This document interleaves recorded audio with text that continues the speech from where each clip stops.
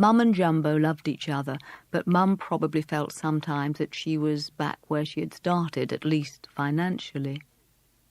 When I knew that Mum's relationship with Jumbo was serious, I was greatly relieved.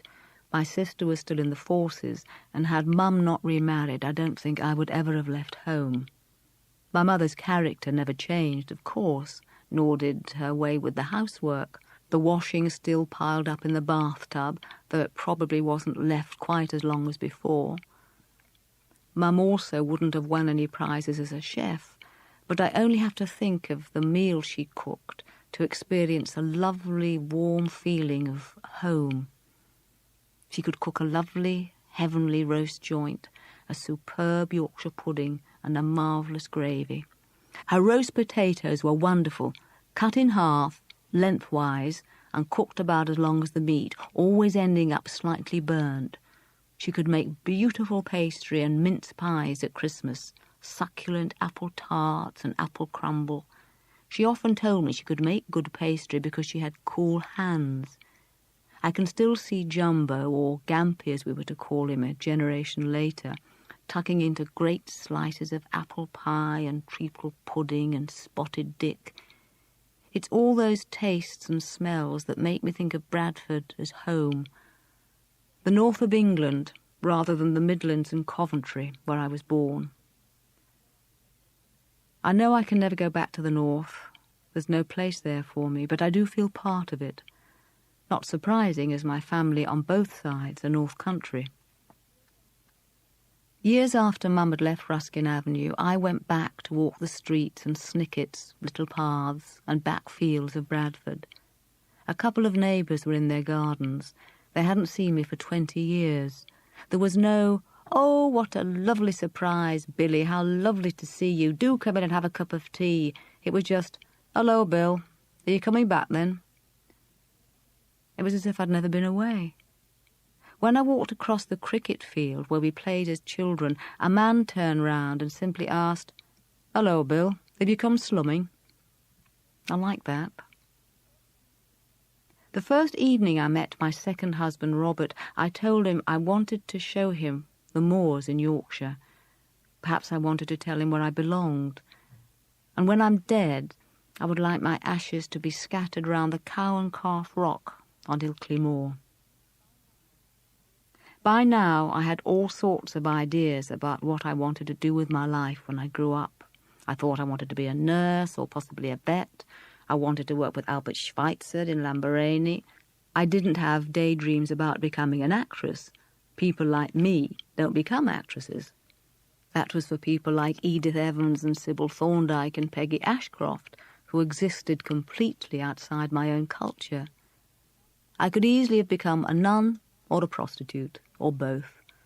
As an actress, I've been able to use these two sides of myself, the part that is curious, that seeks and wants, and the side that is spiritual. Notwithstanding upheavals at home, I stumbled into a career. By the age of 11, I'd become a radio actor. Before I was 12, I could read my name above the title. All this began quite haphazardly. I had developed a stutter. Whenever I was tired or nervous or overexcited, I stuttered. At the factory where my mother worked, she spoke to a friend who was keen on amateur theatricals, and she thought such activity might help my affliction. Mum needed no persuasion when it was suggested in 1943 that I try to join the Bradford Civic Playhouse.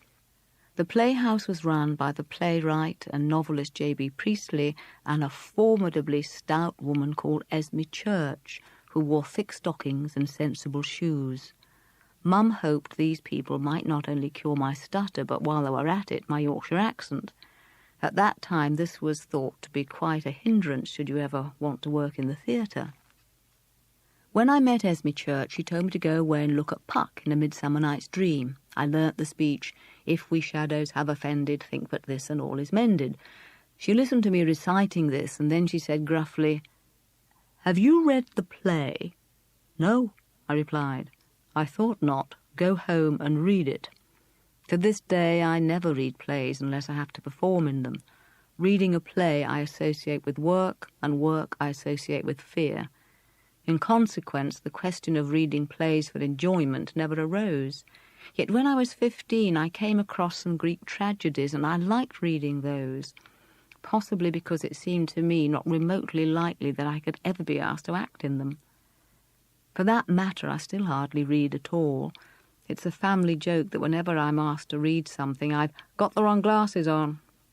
Yet somehow I managed to pass my 11 plus with honours, and though I always signed contracts without looking at them, no one has ever cheated me. Esme enrolled me in her evening class of grown-ups. Then later I joined the Saturday morning class for children. There were 3 or 4 other kids training alongside me. One of the older boys, who I remember wearing short trousers, was called Bill Gaskell. He was to become one of our leading theatre directors, and we worked together years later at the National. In class I did hardly more than skip about, yet I must have shown some sort of aptitude. When Norman Ginsbury came up to the Civic Playhouse for a tryout of his play The First Comers, about a group of people who went to America on the Mayflower, a child was required. Along with 3 other children, I auditioned and landed the part. Esme Church directed. As a result of my debut in the Ginsbury play, I was offered a radio audition with the BBC North Region Children's Hour, which at that time was semi-professional. The producer was Nan MacDonald, and she asked me to read for a boy's part Little Juan, a gypsy violinist, in a series called St. Jonathan's in the Country. I got the part and earned my first 10 shillings and 6pence. Within a couple of weeks, I was embarked on a career in radio. Whenever little boys' parts came along, the BBC in Manchester invariably called on me.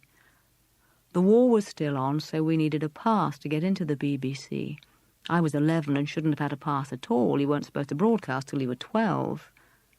Mum was particularly pleased when I was selected to play a boy called Buncle in a long-running series by that name. Buncle had been dramatised by Bertha Longsdale from all the Buncle books. Buncle was a sort of rough and ready Just William, a little adventurer who got into all sorts of scrapes. Buncle made me famous. That's how I fell into acting. The money I earned playing Buncle and other boys for the next 5 years went into a post office savings account. It certainly helped the family finances to be a working girl. Yet far from finding my sudden fame was going to my head, I felt embarrassed by it. Once again, I came up against the fact that I was in some way different. I didn't really belong. People were pointing a finger at me and even teased me. That may have been the start of my lifelong feeling of being an outsider. Far from my broadcasting being exciting and glamorous, I felt it to be the cause of permanent conflict. I often wonder whether this is why acting has always been associated for me with disruption and nervousness. In the end, I carried on with both school and radio work. I had no idea about an acting career, of becoming another Sarah Bernhardt, even if I'd heard of her. Acting only interested me as a way of earning money. What gave me greatest pleasure in those days was neither the theatre nor music, but the pictures.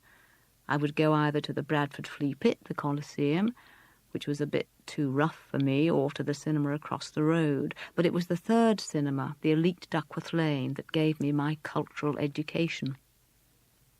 If an A certificate, intended for adults over 16, film, was on, a gang of us would stand outside the Elite and stop grown-ups. "Please, sir, will you take me in, please? Please, lady, will you take me in?" Children under 16 were allowed into the cinema for an A film, but only if accompanied by an adult, any adult. Nobody then imagined that this could involve any sort of danger. It was something every child did if it wanted to see an A picture. I was never molested. Today one's blood would run cold at the thought of a pubescent girl asking strangers to take her into a darkened cinema. When I got a little older, I liked going to the pictures even more, because in the back 2 rows there were double seats. And if I had a boyfriend, we could do a bit of snogging. I enjoyed that. I now began to lead a kind of double life. At home, everything continued as before, yet every week I could read my name in the Radio Times. I was no longer like the other kids at school. Part of me found it exciting when another script plopped through the letterbox and I could earn another 10 and sixpence, yet I objected to having to put up with being teased about my acting in class. I was kept busy playing little boys. Nan MacDonald, known as Auntie Nan, gave her cast a lot of freedom. We were often allowed to improvise. The ability to vamp helped me no end in my radio variety days. Meanwhile, at home and at school, rows about my work continued. I was sometimes doing as many as 2 radio shows a week, not only as my church objected. Mr. Beaton, my headmaster, also complained that I was missing too much schooling and that when I was there, I was clearly tired. By the time I was 16, I'd become a radio veteran and had a couple of 100 radio plays under my belt. During this period, I was getting to know people who lived on the other side of the street. They were better off than our own family and lived in houses on Heaton Avenue like Auntie Iris. They had cars and newfangled things like refrigerators. I felt ill at ease with them. I started meeting some remarkable people and have precious snapshot images to look back on. Arriving early for work and seeing Gracie Fields, dressed all in black, perched on top of a grand piano with her legs crossed. She looked far more glamorous and well-dressed than I'd expected. I suppose I'd believed in her mill-girl image. I also remember a cricketer, Sir Leary Constantine, a most gracious man, who joined us in a children's panel game. He would only give me his autograph if I, a 12-year-old, gave mine in return. This reminds me that a few years later I had every intention of marrying a black man, if only to shock my mother and stepfather out of what I then thought was their right-wing complacency. Jumbo, aided and abetted by Mum, was still determined to further my so-called theatrical career. He started to cultivate Richard Burnett of Harry Hanson's court players in Bradford, going to the lengths of offering the theatre his collapsible top hat when they needed one as a prop. His efforts bore fruit, and when they wanted a child for a production of Pink String and Sealing Wax at the Prince's Theatre, Bradford, I got the part. All the actors in this play seemed incredibly glamorous to me. I was quite unable to work as they did.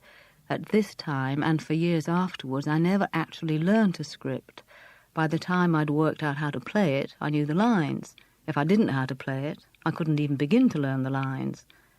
It's only when I started working with Beckett that I had to go through the hard slog of learning lines meticulously.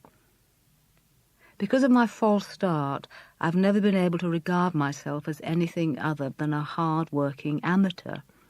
Offered a part, I never think of how other actresses would do it or have done it. All I can do is draw on my own early experience of life, my childhood, my remembrance of loss, of fear, of death. That's all acting has ever been for me, the digging up of personal feelings, of experiences I'd rather not have had. My childhood has not only made me the person I am, but the actress I was to become, whatever that may be. Perhaps that's why I got on so well with Samuel Beckett. I always understood the feelings he wanted to convey, even when I didn't understand the words. Of all the other people I met at this time, the most important to me were Joan Littlewood and Ewan McCall, who I knew as Jimmy. That was his real name, Jimmy Miller.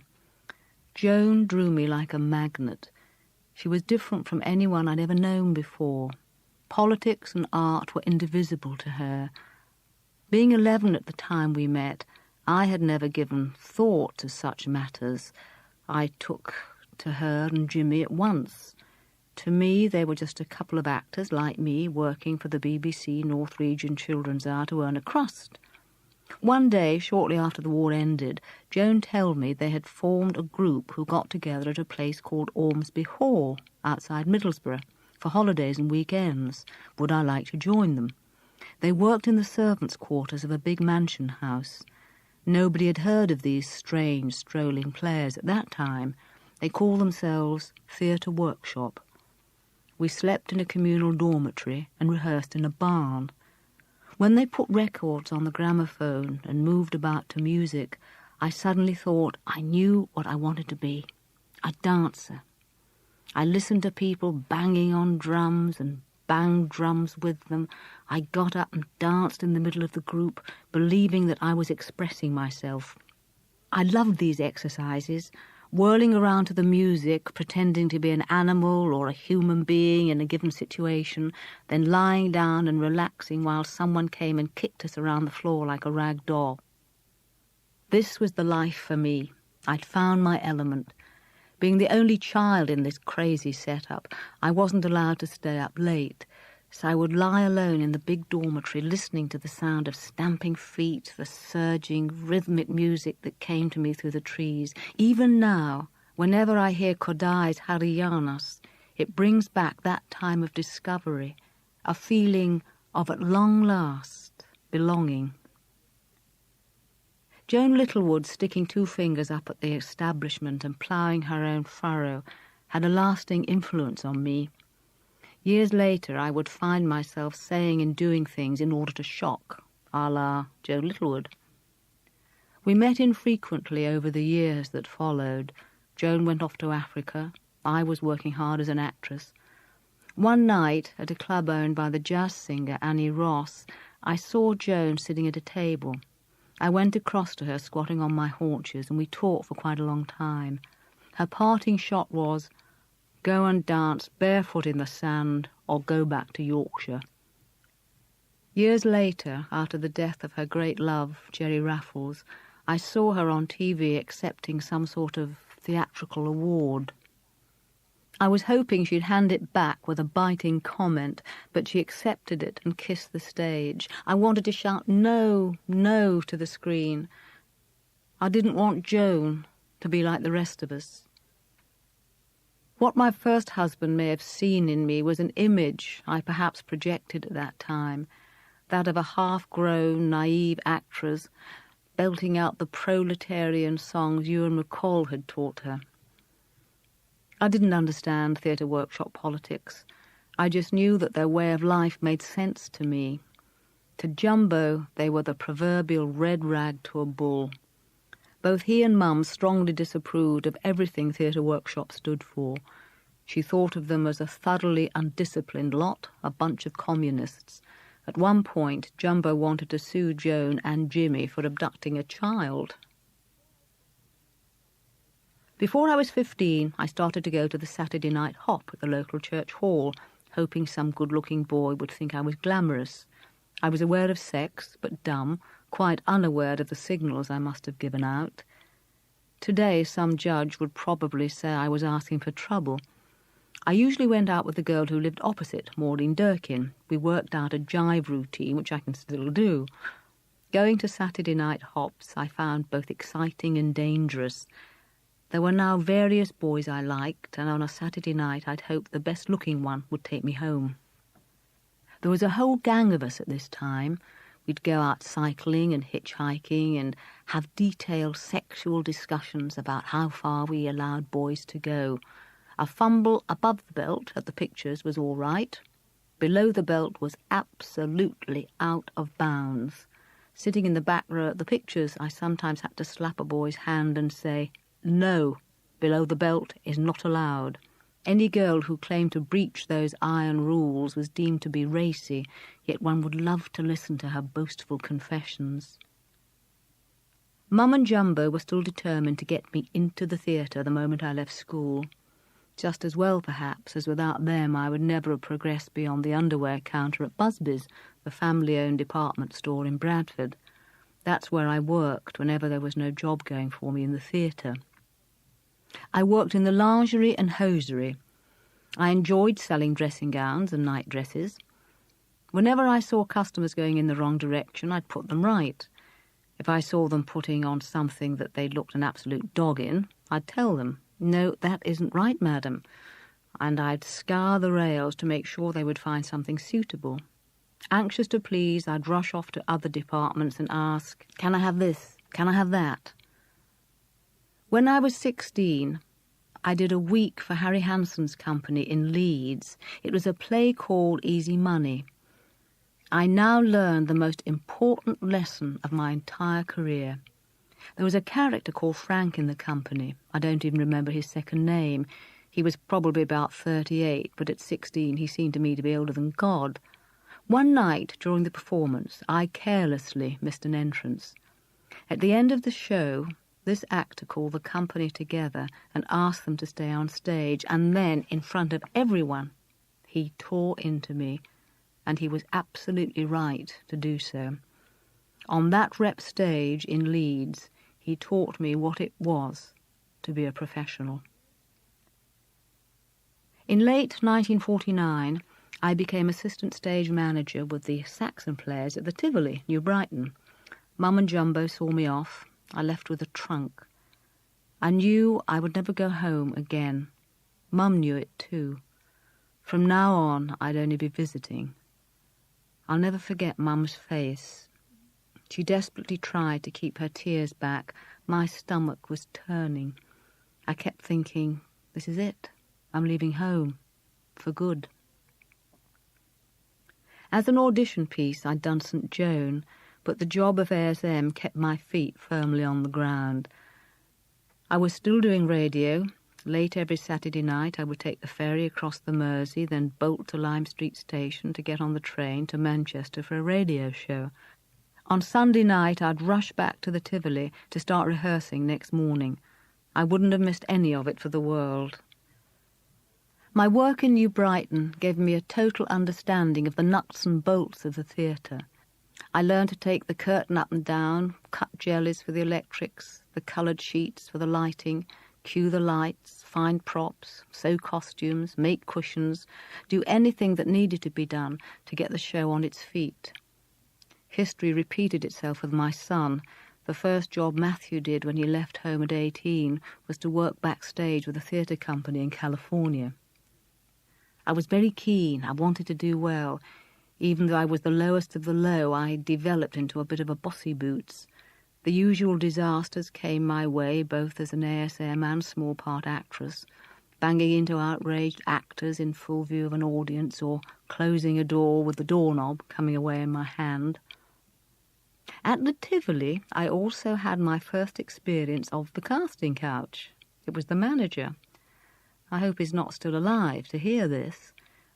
It was fairly obvious that I was still a virgin. This was 1949. Nobody had ever heard of sexual harassment. After the first company read-through, this man sidled out to me and said, "Before you go to anyone else, come to me." I didn't understand what he was talking about.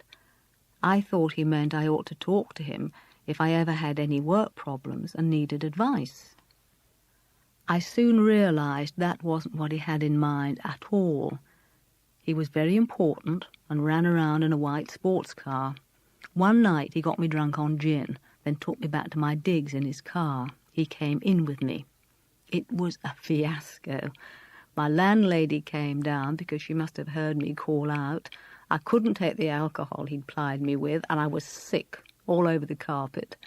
The landlady was very understanding. But after that, the manager often made my life very, very difficult. One night he said to me in a nasty tone of voice, "Don't you ever shave underneath your arms? You've got hair underneath your arms." I was deeply hurt. I did not have hair underneath my arms. I always shaved.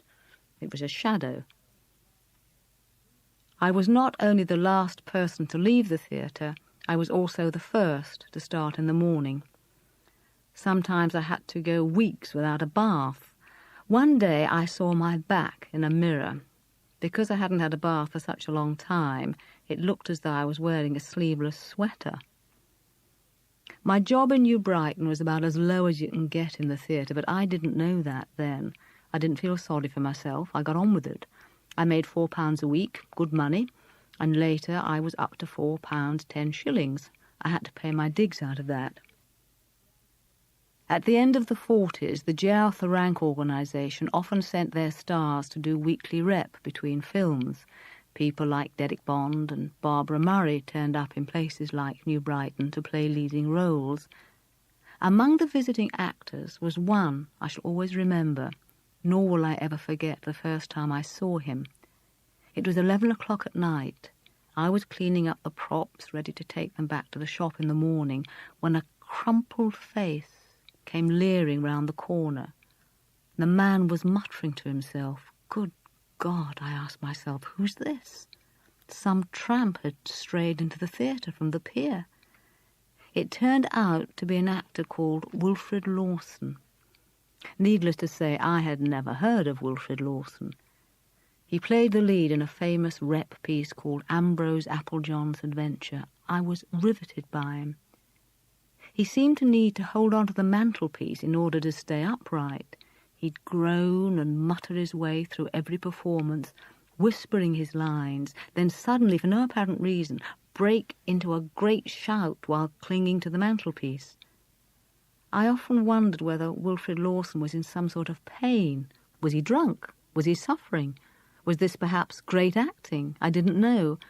What I did know was that no one who ever watched Wilfrid Lawson, or indeed worked with him, could ever forget him.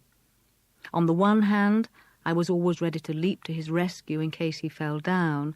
On the other, I realized this was the first time I'd come in contact with a great artist. For another reason, I also remember Ralph Lynn, one of the great stars of the famous pre-war Aldwych farces. I thought Ralph Lynn was older than my grandfather, but he was very spry and very friendly. Watching him work, I thought, how remarkable. This old man can show a young juvenile how to leap over the back of a settee, roll over on the seat, and fall on the floor. Then one day he said to me, "My dear girl, I'm playing Huddersfield next week. Do come over and we'll have tea at my hotel." I went to Huddersfield, but instead of having tea downstairs, he'd had it set out in his room. As I picked up my cup, he suddenly reached out blindly and started chasing me round the furniture, muttering, "Oh, Billy, Billy, isn't this terrible? Isn't this dreadful?" I had no idea what he meant. Wasn't what terrible? What was the matter with the old gentleman? Finally, I rushed out of the room, and I never saw Ralph Lynn again. Actually, I now recalled him with great affection. I thought he was a nice old man who'd taken leave of his senses. In 1950, I got myself a job as ASM in Keighley. The star was a very good-looking young lady with incredible dark eyes. Years later, I was watching my favourite TV news programme. Suddenly, there she was, not as an actress, but as one of their leading reporters. Then she began another career. Lynn Reed Banks became a novelist of considerable stature, justly famous for her first book, The L-Shaped Room. While I was working at Keighley, Nan MacDonald rang to tell me to go up to London at once.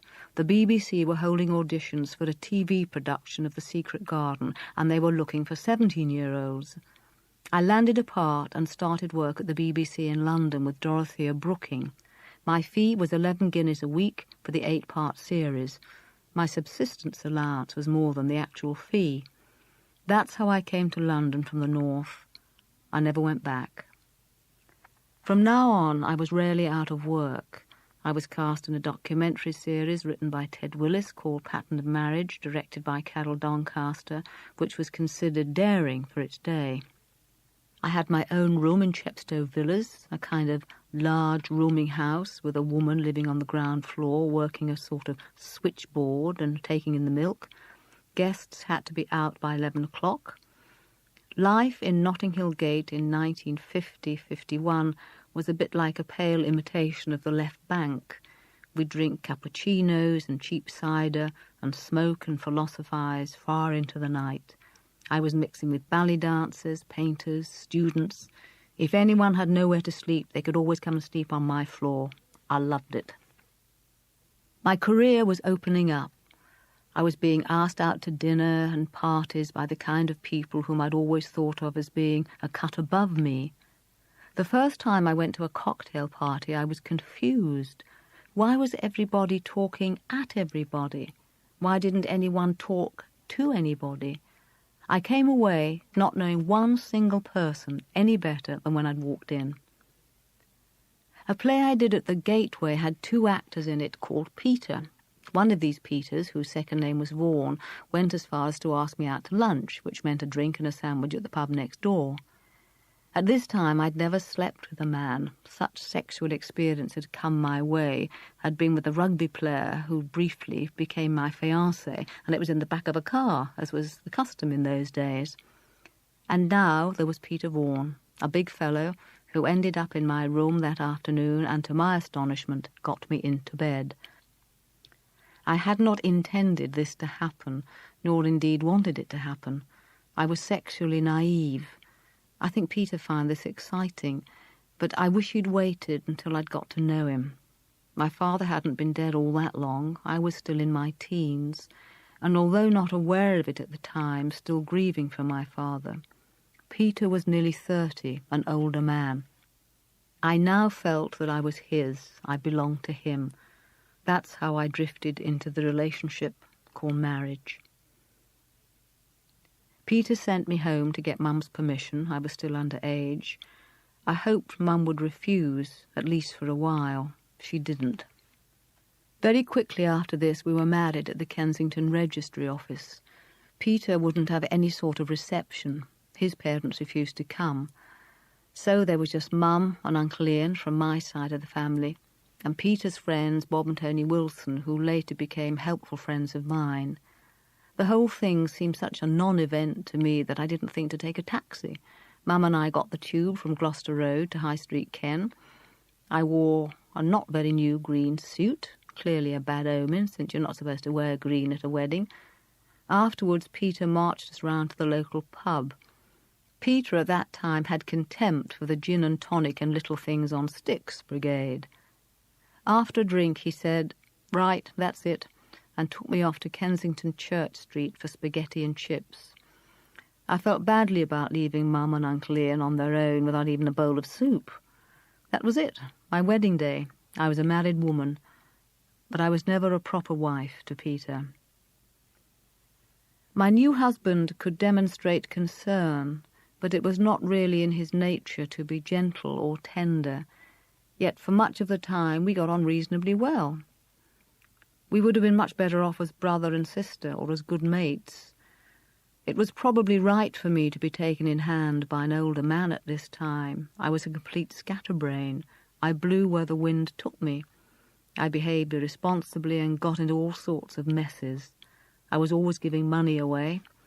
In the end, we were neither of us particularly faithful to each other. I rationalized my own infidelities by telling myself I needed tenderness. When I was away working, I would frequently start a relationship with another actor. In the 50s, this was known in our world as LDC, location doesn't count.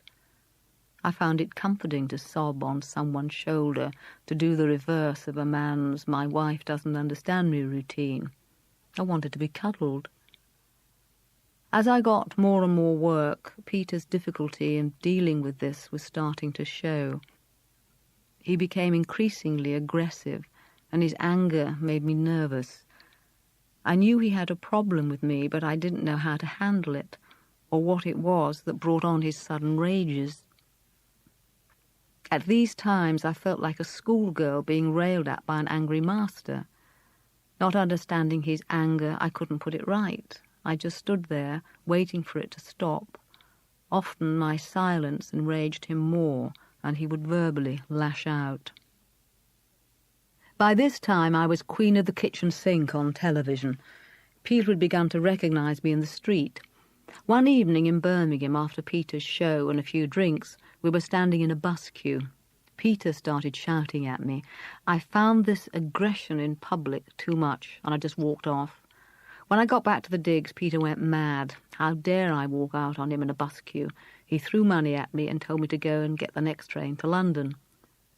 I began to turn work down, hoping this might make things better between us. Possibly I needed a reason to say no to work offers, because by this time my stutter had come back, mainly because I was nervous, and the thought of work always made me nervous.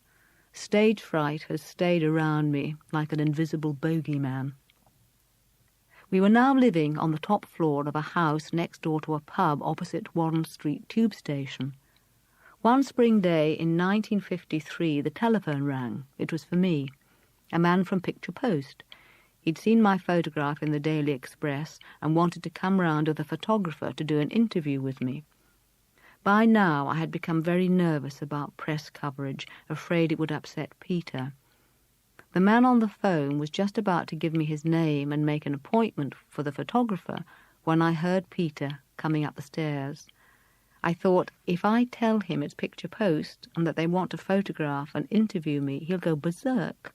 I heard myself saying to this man, "No, I'm sorry, no, I can't do this," and I hung up on him. The journalist, who, as I learnt later, was having his first day in a new job, never did come round with the photographer. 14 years later, he became the father of my only child, and 30 years later, my second husband.